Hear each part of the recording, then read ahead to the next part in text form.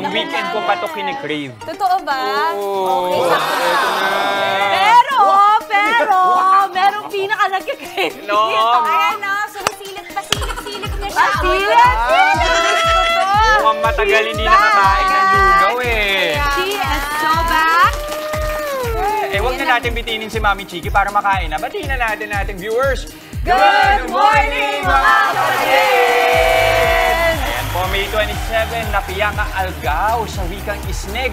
Naku, maulan ang umaga ngayon para sa maraming lugar sa bansa, lalo na ho dyan sa Luzon at sa bandang Visayas. Dahil pa rin po yan sa binabantayan natin si Bagyong Aghon. Naku, sa ating mga kapatid na apektado po ng bagyo, stay safe and dry. That's right, Jess. Una sa lahat, welcome back, my Mama Chiki! Welcome back, Mama. Welcome back, Mami. Dala mo. Welcome back. Thank you. Dala Grabe, mo, Mama. weather, Mama. Kaya naman mag-ingat po sa lahat ng mga kapatid natin na nasa labas ngayon at sa loob ng kanilang mga tahanan. Mas mabuti po kung walang ibang gagawin, manatili po muna tayo sa ating mga tahanan. I-enjoy lang ang moment na ito kasama ang buong pamilya at iba pang loved ones. Painitin ang mga tiyan natin sa classic Pinoy dish na itong lugaw. Wow! Mama Dims, lugaw! Alam niyo po, kapag talaga umuulan, hindi nawawala sa mga hinahanap-hanap natin ang mga pagkain tulad ng lugaw. Malinamnam, masarap, mainit at masustansya. Kumpleto na dahil may kanin, may sabaw, at may sahog na rin. Kaya naman, hindi makakaila. Winner na winner ito sa kahit na sino, di ba, Jan? Winner mismo, Mami. Excited na excited ako. Tinan mo, ha? Excited na ako na dito si Mami Chiki. Pero para sa ating mga kapatid, no? Ito pong lugaw, isa sa mga pinakamatandang Pinoy dish sa kasaysayan natin. Nabanggit nga sa sinaunang diksyonaryo na Vocabulario de la Lengua Tagalog. Wow! Nung 1600s pa yan, early 1600s. Wow! Ang nakalagay roon na description ay kanin na may halong gatas, tubig, o di kaya broth. Galing, di ba? Super rich in flavor, rich in culture din. Parang si Mami Chiki. It's a great welcome back, Mami Chiki. Thank you, Jan. Gusto ko yung mga pa-history mo, na-miss ko yan, di ba? Ito rin, syempre, na-miss ko yung kakain agad tayo, di ba? At na-miss ko ang Pinas, kaya ito, mag-culture trip tayo ng sandali. Sabi ng National Commission for Culture and the Arts, o NCCA, hindi lang talaga popular na comfort food itong lugaw, kundi simbolo din ng mayamang kultura ng ating bansa, di ba? Kasi parang ano ba na, may Chinese influence, meron din pagka-Spanish, lahat yan sinama-sama na, di ba? At syempre, kahit pa sino matutuwa pag bigyan nyo ng lugaw. Sabi nila, lugaw is for everyone, di ba? Alright, ito parang ito pa, makita pa natin at matikman pa natin yung ibang mga dala nila. Hindi lang lugaw, ha? Tawagin na natin ang mga guests today. Ace Victor and Janine Bacod Iliescas in the house. Silang Ace Ja Food. Good morning, Good morning. Ace Ja, gusto ko yan. Hi. At Andito kasama rin. rin. Sige. Yes, Mami, go ahead. Mark Denver Talan ng Bicol's Miss Lugawan. Hi, Mark! Hello, Mark. Good morning. Miss Banis, tama. Good morning. Dalawang lugawan. Okay. Sino unahin natin? O, inaunahin na natin si Janine at si Ace. Ayan. Ano bang dala natin? Kay Ace Ja. Guys, please tell us more yung mga nakahain sa harap natin ngayong umaga na napakabango. Yes po. Ngayon po, naka-offer po ngayon ay ang aming our very own lugaw, overload, tokwa, itlog, and then tuwalya at puso po. Yun po yung laman po nung aming overload. Overload. Puso ng... Puso Baboy. ng baboy po. Okay, kasi akala ko puso ng sabi. Hindi. Akala ko rin ang saging.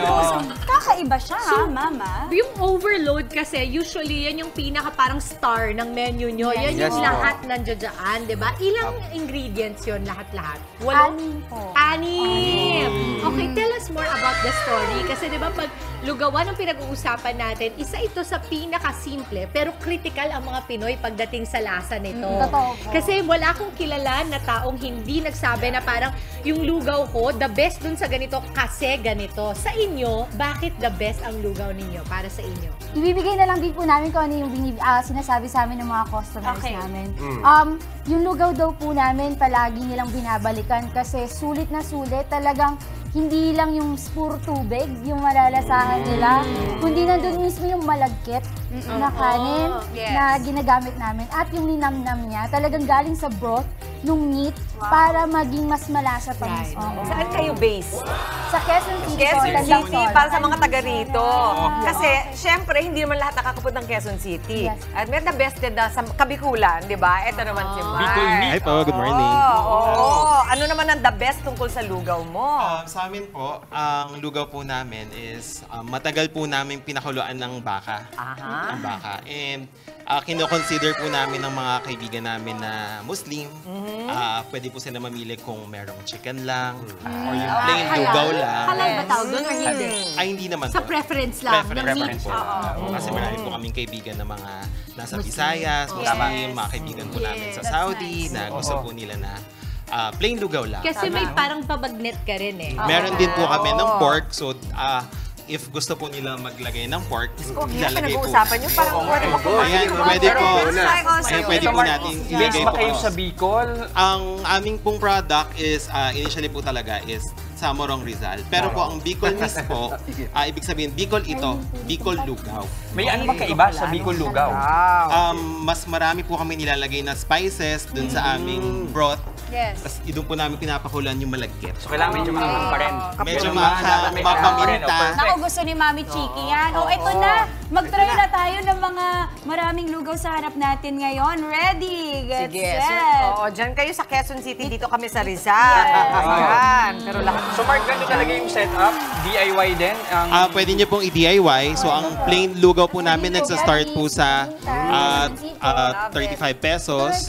Then, kapag... Gano'ng karaming 35? Dalawang scoop po. Dalawang scoop po. Pwede na po kasi plain lugaw lang kasi Kasi yung masarap na scoop po siya natin at plain. malaki, di ba? Yun yung Opo. parang scoop na panglugaw Para po talaga. sulit. Para hindi po lugi si client po. Pero dito naman, may iba pang Oo nga, dishes. may May siomay pa dito nachos, si Isla. may siomay din, may burger. Anong klaseng burger ito? Ito po yung pure beef burger po Pure- namin. okay. Best seller po yan sa amin. Nachos and siomay po. Pork siomay po yun. Nachos at siomay. Yes po. Ito, Anong dalawa. naisip yung Okay. idea? Kasi syempre parang iba yung lugaw, tapos biglang may nachos, tapos may siomay. Saka burger, Parang, oo. parang iba-iba. Ano yan? Naisip nyo lang lahat ng favorites ng Oh, mga tao. yes Nako. po.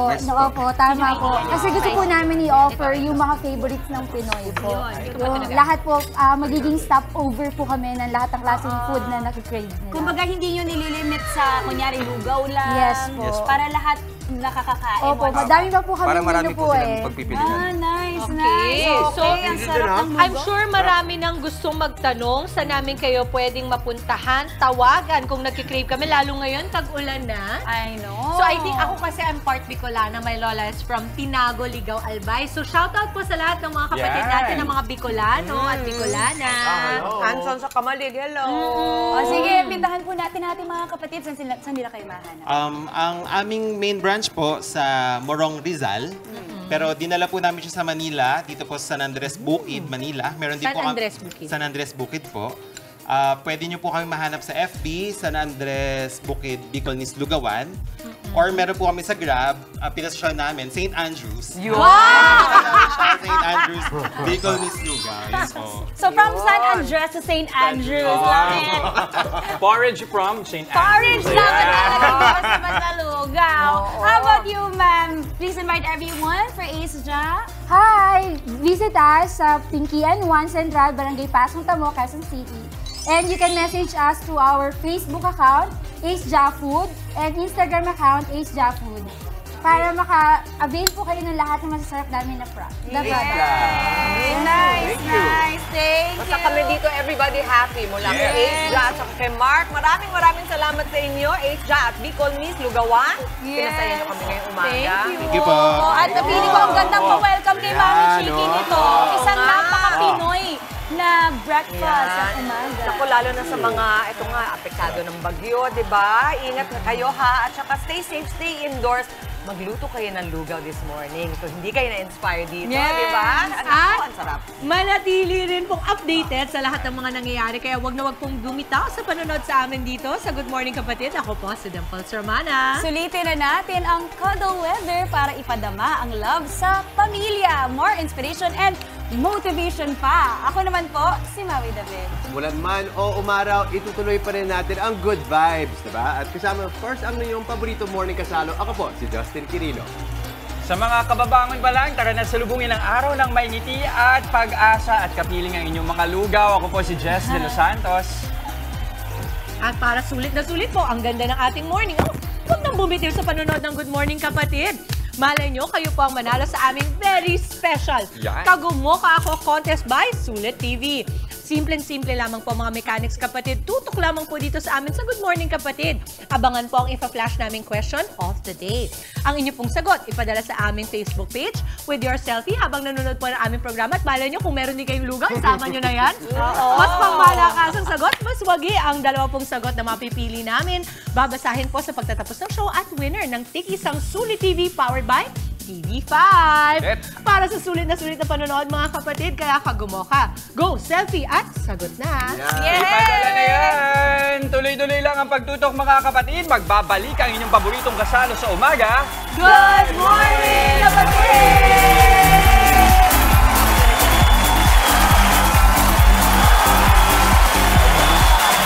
Mga kapatid, Maui David po. Simula ng inyong araw na may alam at may pakialam sa mga may init at umaaksyong balita sa bansa.